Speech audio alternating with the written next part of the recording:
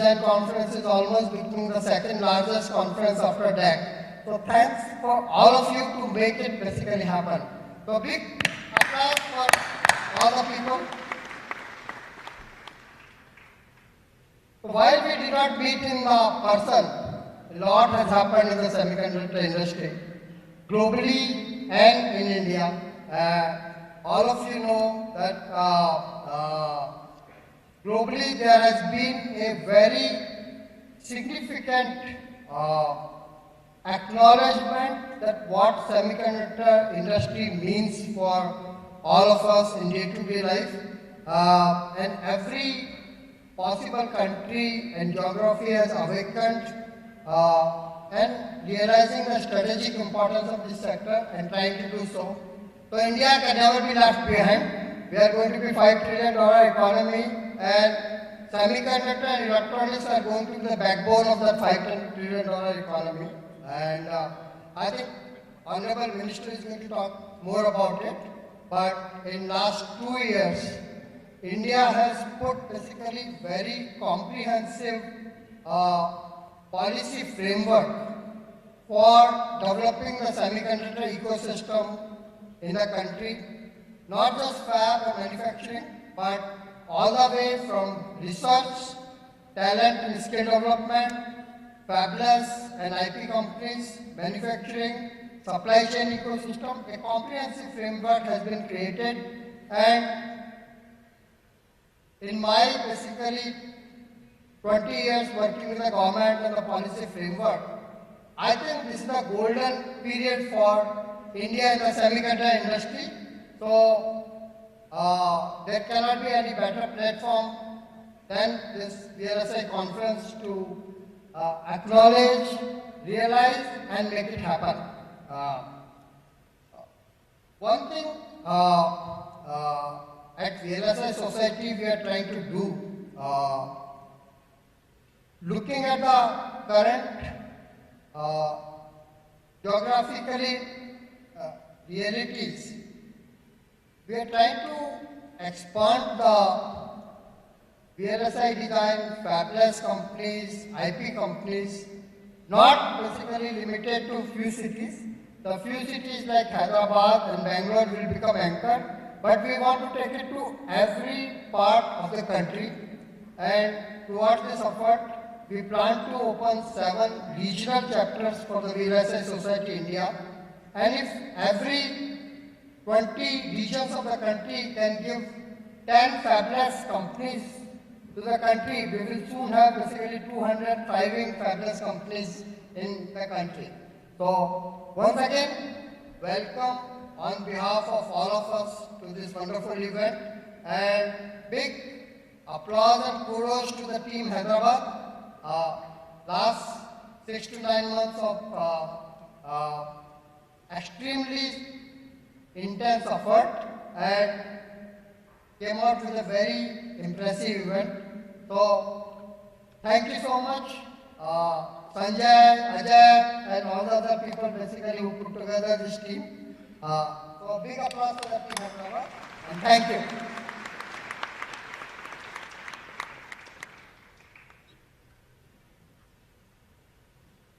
Thank you, Dr. Satya Gupta, for taking us through the conference inception and the highlights.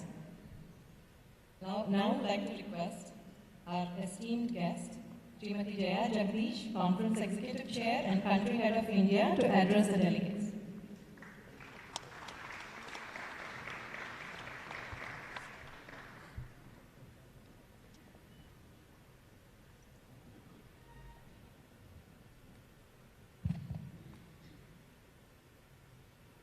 Good morning, everyone.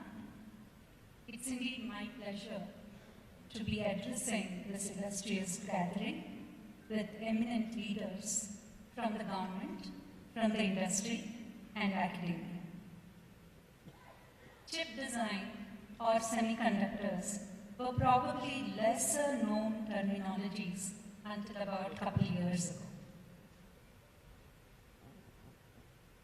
Semiconductors did not really have its own unique identity until recently. I think for many of us, long-timers like me, It was kind of bothersome to make a special effort to make people understand what we really do and how important it is. A lot of the work that we do was really clubbed under the bigger umbrella of IT. Now, last couple of years, it feels like a new world. This whole narrative is changing slowly. Thanks to the huge demand for chips worldwide, and thanks to the huge momentum and focus placed by the Government of India to improve and strengthen the semiconductor industry, we honestly feel it's a new world. A lot of momentum has been built, a lot of awareness has been created to enable the semiconductor industry and strengthen the ecosystem. I was truly delighted, like a little kid, when our Honorable Prime Minister mentioned semiconductors in his address to the nation. It felt like India has woken up to semiconductors. And for the first time, I felt like I was at the right place at the right time. We have come a long way in creating that awareness and building that momentum, but it just is the start of a journey. The whole awareness or momentum that we have built needs to really translate into many more investments coming to India, manufacturing really taking off with fabs being set up, many more students opting the semiconductor industry to build their careers, many more emerging startups in the industry, and finally advanced research and development happening in the cutting edge technology. All this needs to lead into a very robust, sustainable ecosystem with great employment opportunities. The focus on semiconductors or chip manufacturing or design is not something that's unique to India. It's happening worldwide. There are many countries who are making changes to their policies to invite more investments and to achieve self-reliance in chip design and chip manufacturing. However, very few countries have the potential that India holds. With access to huge manpower, with lakhs of engineering graduates coming out every year, I believe we in India have the ability and the potential to create the skilled labor, not just to suffice India's needs, but to actually meet the global needs. It's, again, the whole education system, academia, and the industry needs to partner with able support from the government to really make this happen. And we see the right focus being built in terms of generating skilled labor and creating skilled labor. In that regard, it was truly an honor to work as a chairperson for the Committee for Talent Development and Skill Development.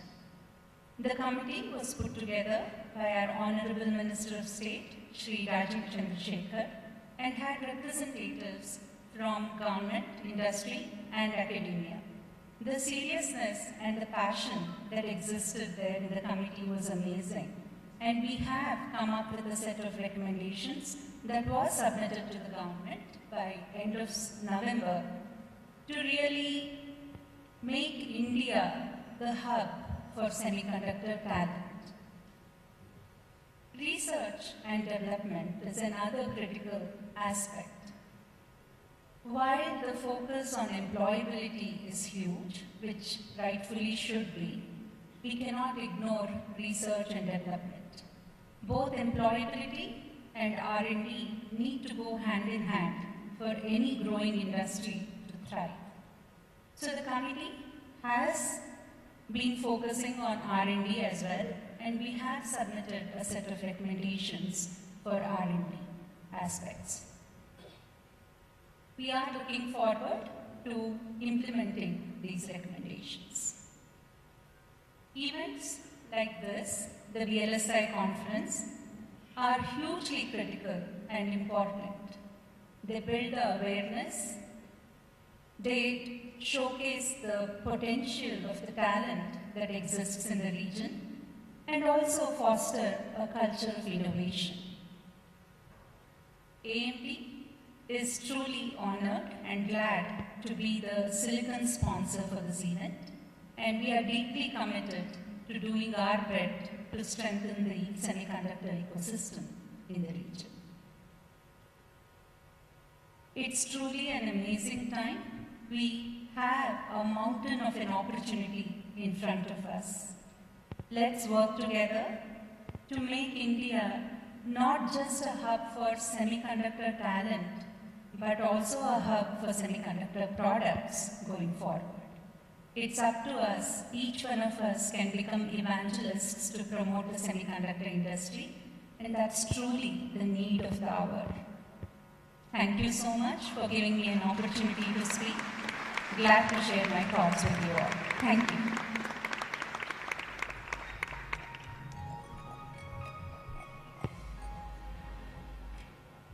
Thank you, Ms. Yap.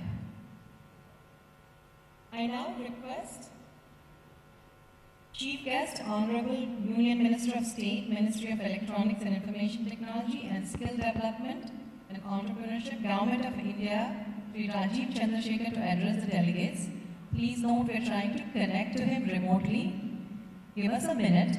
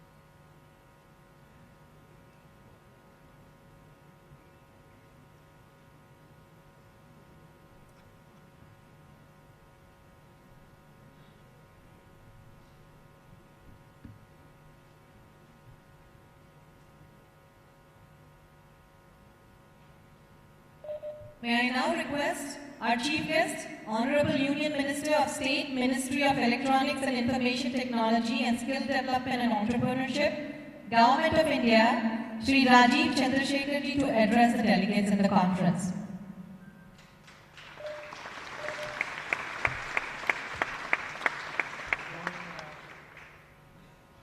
Good morning, ladies and gentlemen. Thank you for inviting me to speak here at the 36th International Conference on VLSI Design and the 22nd International Conference on Embedded Systems. I thank you all for giving me this opportunity to speak here. Let me quickly share some of my thoughts with you. I think this is an important event, and more than that, I think it is occurring at a time when the opportunities in front of the whole VLSI community and the VLSI ecosystem in particular, and the electronics and the embedded systems ecosystem in general are expanding at a hitherto unprecedented pace. Let me just take you back to some years ago. In 2015, our Honorable Prime Minister launched his vision, his dream of digital India, and his objectives when he laid this out in 2015 were extremely clear and in many ways prescient. I was in the audience just like you are today, and even I was not truly confident about the vision that he laid out in 2015 and how far we would travel. He essentially, in 2015, laid out three broad outcomes or three broad goals that the country needed to meet.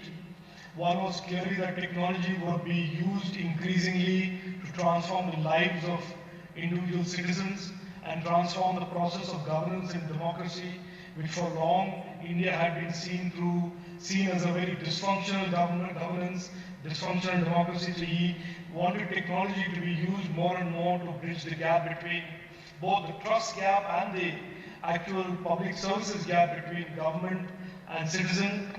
He wanted, as a second leg of his basket of goals, he wanted the digital economy to grow. He wanted the innovation and opportunities ecosystem to grow for our young Indians. And the third is, he said in 2015 that India, from being a consumer of technologies, must transform into a front runner, a leader in terms of producer of technologies, platforms, devices, products in the coming years. So broadly, this was a vision that he set out 8 years ago.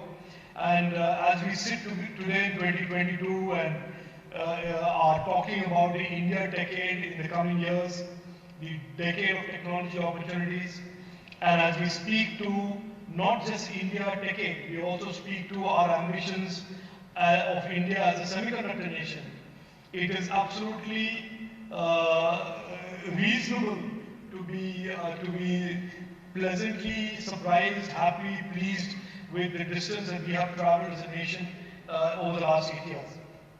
Most of you would be aware that prior to 2014, when there was mention of the digital economy or indeed the technology ecosystem, in large part this referred to the technology services business and the large companies that have been successfully built over the previous decades as a technology service provider for various companies around the world and various enterprises around the world.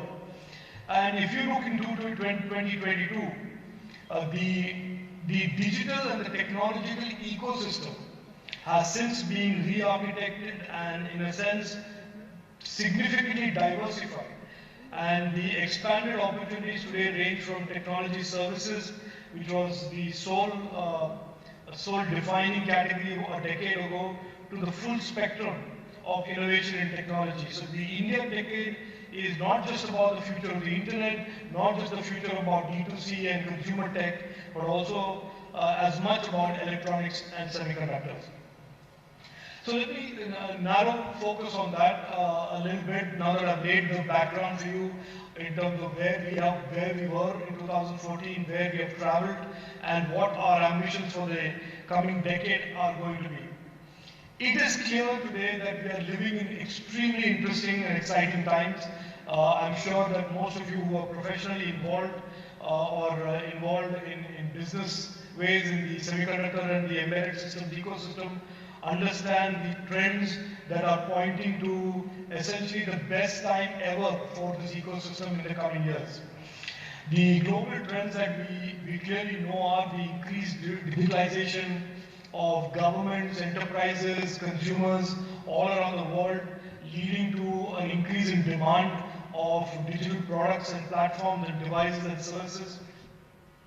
Second trend, which is that there is an increasing demand for talent in the entire full spectrum range of technology and digital capabilities.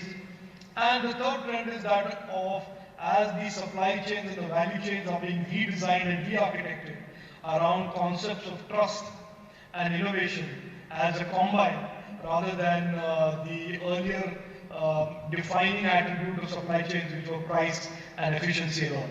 So if you look at these three, I think it is clear that our ambitions for India as a semiconductor nation, India as an electronics hub, are increasingly not just relevant for India and our ecosystem, but also for the world at large and the consuming world in particular at large, and the innovation ecosystem, the global innovation ecosystem in particular.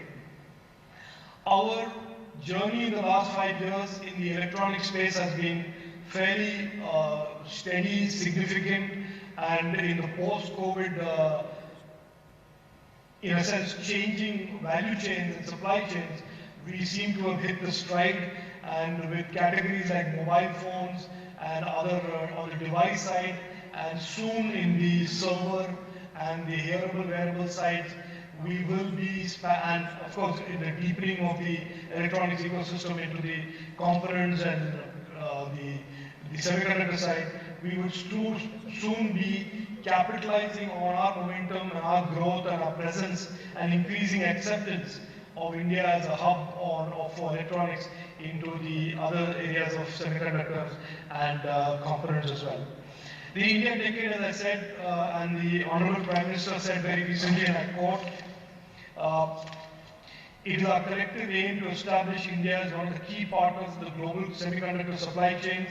We have to work in this direction based on the principle of high tech, high quality, and high reliability. End quote. This is what the Honorable Prime Minister said in the first ever Semicon India conference in Bengaluru in early 2022. So I think, I'm sure that most of you are aware of the initiatives that the Government of India has taken, including the India Semiconductor Mission. The Prime Minister has very quickly responded to the changing global opportunity space in semiconductors and has set aside $10 billion to invest in, foster and catalyze the semiconductor and semiconductor innovation ecosystems in India. The India Semiconductor Mission that was set up very quickly. We have almost the finest minds in global semiconductors in terms of experience and capability and credibility, with names like Vinod Dham, Patrick Chakwera, Rao Tumara, all on the India Semiconductor Mission, and they are actively today looking at a broad spectrum of opportunities ranging from design all the way to manufacturing. The next generation of devices can be designed out of India, can be manufactured and fabbed in India, and packaged and verified in India, and in turn find place in products and solutions that are also architected and devised in India. In addition to the India Semiconductor Mission, we have also launched the DIR5, which is the RISC-V program, with Professor Kamakoti of IIT Chennai as the chief architect of the RISC-V, India RISC-V program, which we have branded DIR5, which is Digital India RISC-V, and that has a full-time program manager assigned to that program from CDAC, which is one of the government higher technology institutions that's working on it. So by 2024, we believe India would have stepped into the semiconductor manufacturing space and clearly catalyzed a larger, a more domestic design and innovation ecosystem, where we are encouraging startups to work with the leading majors, global majors, to develop IP, to develop devices, either co-owned or owned, for which the government has announced the Semicon India Future Design Program.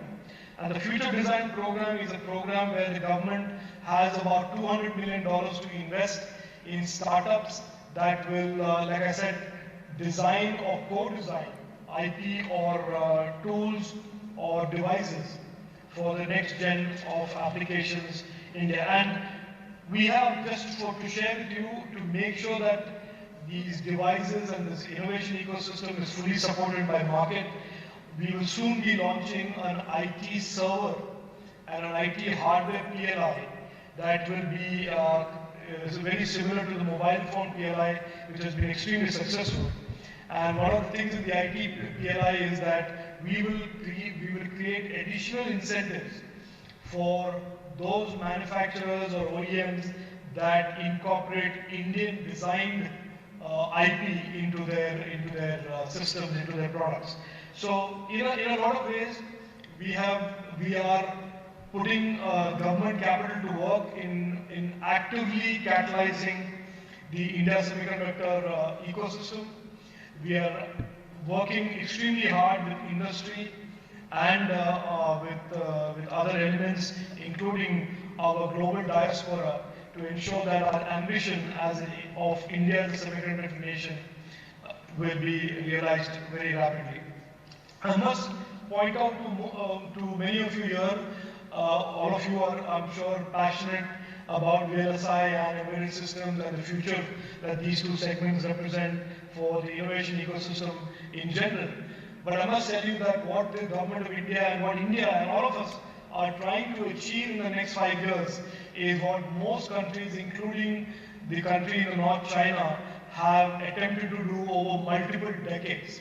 So we are, in a sense, operating and working at a torrid pace. It's a phrase that, the phrase torrid is a phrase that I have borrowed from my old boss at Intel, Pat Gelsinger. He uses that phrase a lot.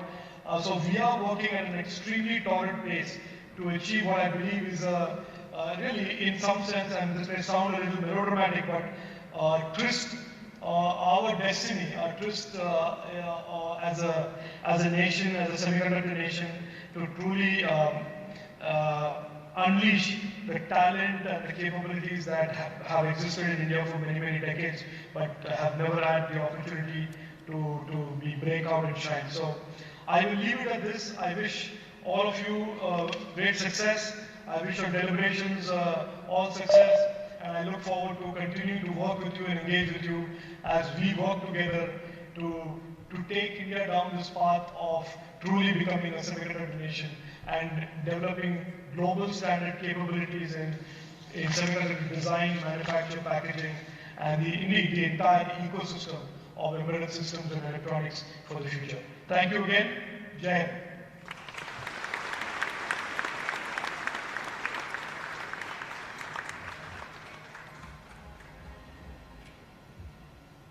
Thank you, Honorable Minister Shri Rajiv Chandrasekhar, for sharing your thoughts and laying out your inspiring vision on VLSI ecosystem and growth in India. May I now request all the dignitaries to please come back on the stage.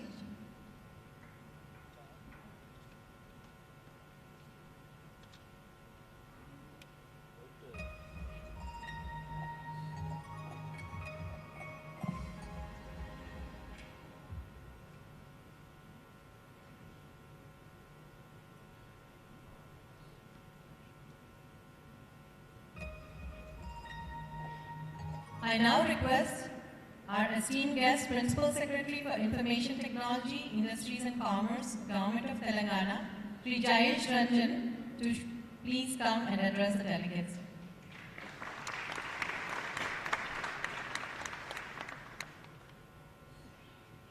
Thank you. Thank you very much. Honorable Union Minister of State for Information Technology, Sri Rajiv Chandrasekhar Garu, our special guest, Mr. Victor Peng, Srimati Jaya Jagdish, Mr. Shashi Reddy, Mr. Satya Gupta, Mr. Venkat Simadri, all the invitees, guests, participants. First of all, a warm welcome to all of you on behalf of the Government of Telangana. I would also like to convey the greetings of our Minister for IT, K.T. Ramarao. He very much wanted to attend this conference, but something very urgent came up in his constituency and he had to leave for his constituency. But he has conveyed his best regards and warm wishes for the success of this very landmark conference, which is happening in Hyderabad after many years. I'm also very delighted to see such an overwhelming response to this conference. In fact, the organizers told me that they had to stop registration because there was no space to take any more people. But definitely something which is very heartwarming, that there is so much of enthusiasm. And as you heard other speakers, Honorable Union Minister Jayaji, Satya Gupta, the sense of optimism about the growth of the semiconductor industry, the embedded systems, VLSI industry, that is very, very real. There is no exaggeration, and we are seeing it all the time ourselves, the kind of disruption that semiconductors, VLSI, embedded systems are causing in different walks of enterprise today.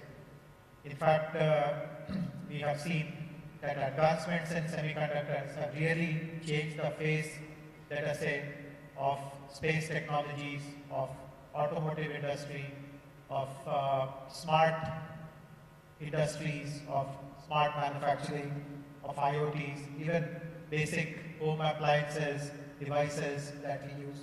We have seen amazing ways in which these devices are now performing as compared to not even the recent past. And all this is happening due to rapid strides which are being taken in this industry.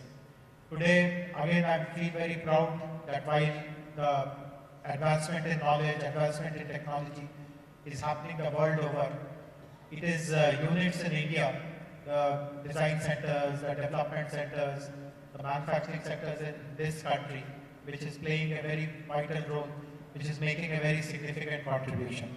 And again, I feel very proud that Hyderabad, along with other Indian cities like Bangalore, to some extent, Pune, Gurgaon, is at the forefront of providing this kind of think force to really support the industry.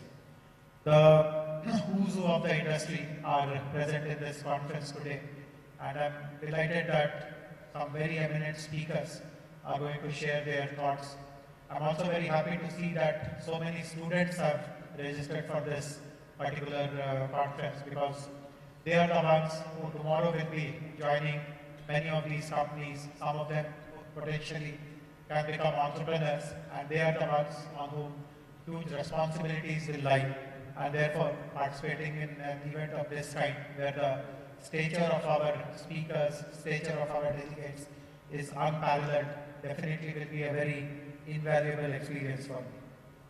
I would like to also share a few kind of highlights on what is the importance this sector is getting in our state of Telangana. As Jayaji mentioned, it was not very long ago that semiconductor had its own identity. People used to club semiconductor as a part of the larger electronics industry, the ESDM industry. But I can share this with you that in 2014, when the state of Telangana came into being, and we were given a mandate to draft our policies afresh, organize our government department in a very agile and business-friendly, ecosystem-enabling manner. We recognized the importance of semiconductors at that point itself, and our department had a separate wing, which was called the Wing of Electronics and Semiconductor. Similarly, with lots of foresight at that point in time, we also created another wing which was promoting advanced computing technologies like photonics and quantum. So, since then, since 2014, the sector holds prime importance for us, and the accomplishments over the last 8 years are indeed very, very encouraging. As I mentioned, the who's who of the VLSI industry, the ESDM industry, they have found their homes in Hyderabad. All the senior people who are on the stage themselves, from AMD, from Qualcomm, from Intel, Moschip, you name them, they have large footprints in Hyderabad, and they are doing some very, very significant work out of their development centers here. And again, something which is very heartening is the kind of growth these centers are witnessing. Since Sashi Reddy Garu is here on the stage, I can mention this, that Qualcomm, which had, of course, a significant presence a few years ago also, has now tripled their headcount in the last few years, and they are poised to grow even more and more. And this is the story which is literally shared by everyone, all the majors who are here in this city. So, government, of course, has played an important role in this ecosystem building.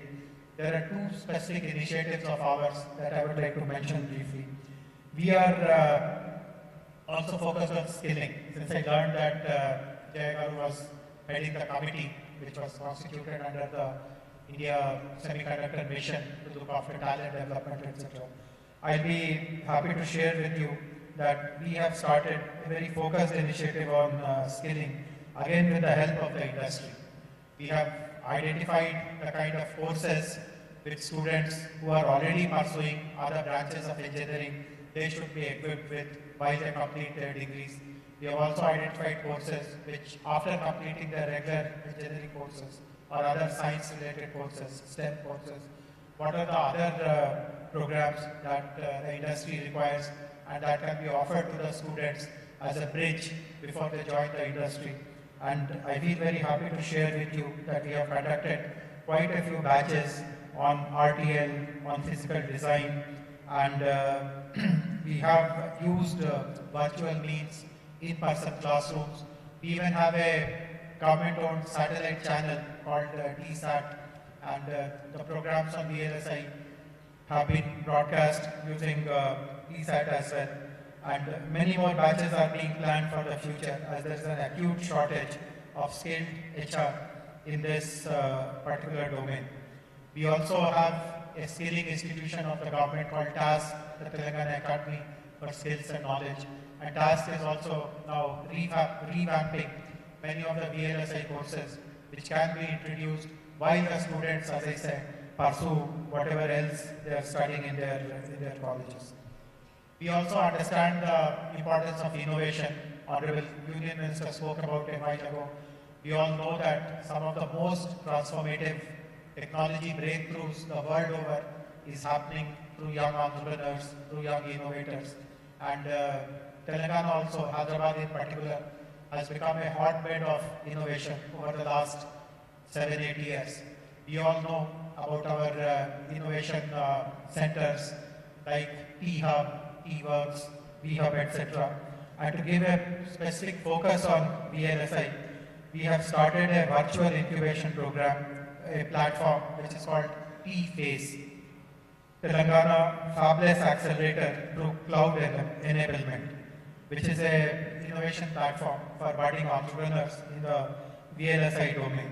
This is a very unique and special program which attracts not only national but also international attention. This is a virtual program being offered through cloud spaces being offered to startups for both computing and storage. And the focus of this platform is on alternative computing technologies such as photonics, compound semiconductors, third generation semiconductors, and quantum technologies.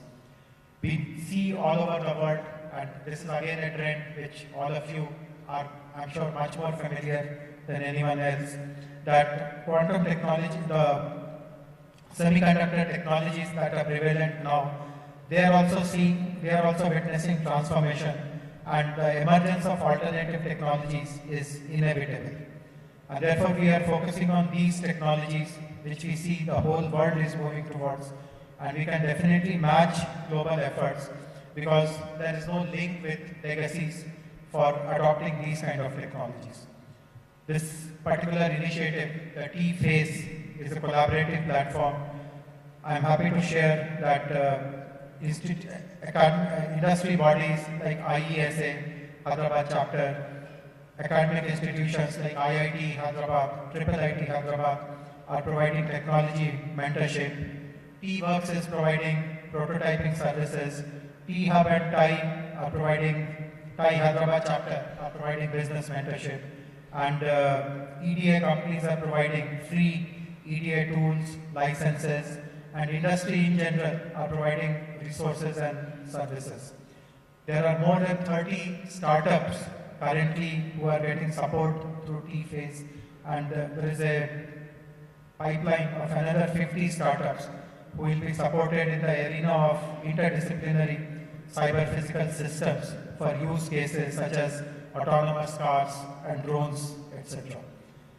We see that innovation is something which is very much required for the industry, and it gives a very good pipeline also for industry to collaborate and become more entrepreneurial, more agile, and more innovative in meeting the requirements of different sectors for the VLSI systems. I'm confident that the conference which is happening here over the next few days will be seen as a landmark in terms of new ideas, new thoughts, new collaborations. I also look forward to visiting the exhibition area which is happening in the next month, where again I was told that the response has been overwhelming and space had to be rationed because of the huge demand. Again, these are good problems to have, and I do hope that all of you, particularly those who have come here from outside, will have happy memories of your stay in Hyderabad, of your participation in this conference. And I once again congratulate the VLSI Society of India for bringing this event together.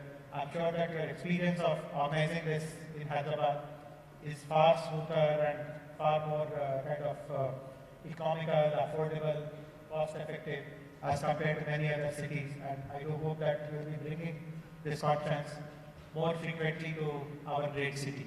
Thank you very much once again.